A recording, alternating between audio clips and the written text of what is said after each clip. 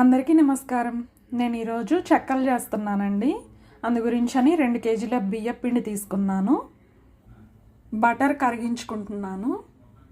పెసరపప్పు ఇట్లా నానబెట్టానండి. ఒక పావు గంట నానితే సరిపోతుంది. బాగా స్పైసీగా ఉన్న పచ్చిమిరపకాయలు ఒక 25 వేసుకున్నానండి. నేను 2 కేజీలకి జీలకర్ర వేస్తున్నాను. ఇవి 2 మిక్సీ పట్టుకుందాము. ఇట్లా కచ్చపచ్చగా మెదుపుకుంటే సరిపోతుందండి. మెత్తగా మెదగాల్సిన పని లేదు.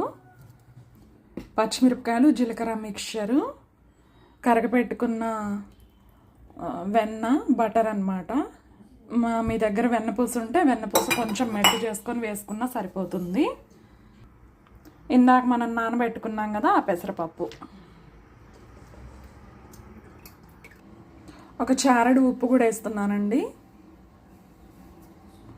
ఉప్పు అవి మీ రుచికి సరిపడా వేసుకోండి. నాకు ఇందులో వేడి నీళ్ళు వస్తాయి, సో నేను వేడి నీళ్ళు తీసుకొని కలుపుకుంటానమాట. వేడి నీళ్ళతో కలుపుకుంటే మంచిగా ఉంటుందండి. చెక్కలు బాగా క్రిస్పీగా వస్తాయి వేడి నీళ్ళు వేసి కలుపుకుంటే.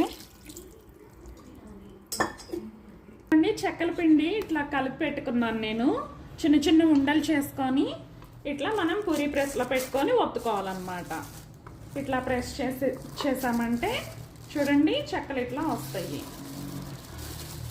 చూసారా ఎంత బాగా వచ్చాయో? ఇట్లా చేసుకోవాలన్నీ. ఇదిగండి నేను ఇట్లాగా చక్కగా చెక్కలు ఒత్తి పెట్టుకున్నాను. గ్యాస్ మీద ఆయిల్ పెట్టాను. ఆయిల్ మరగగానే అందులో వేసుకొని డీప్ ఫ్రై చేసుకుందాము. నూనె కాగిందండి. ఇప్పుడు ఒక్కొక్కటి వేసుకుందాము.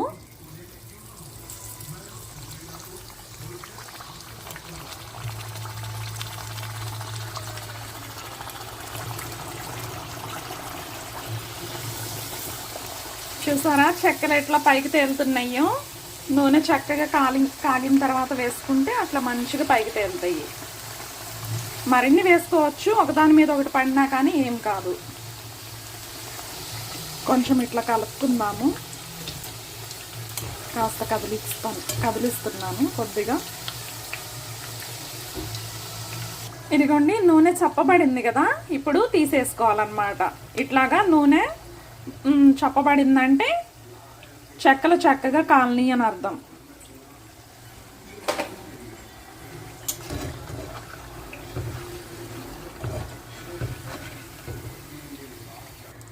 రెండో వాయి వేసుకుంటున్నాను.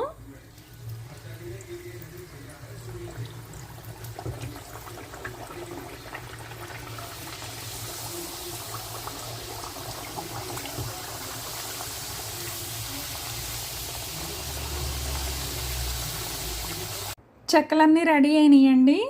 2 కేజీల చెక్కలు చాలా రుచిగా వచ్చాయి. మీరు కూడా చేసుకొని తినండి. చక్కగా 2 వారాలు వస్తాయి 2 కేజీలు చేసుకుంటే. ఇంట్లో రోజు స్నాక్స్ గురించి వెతికే పనే ఉండదు.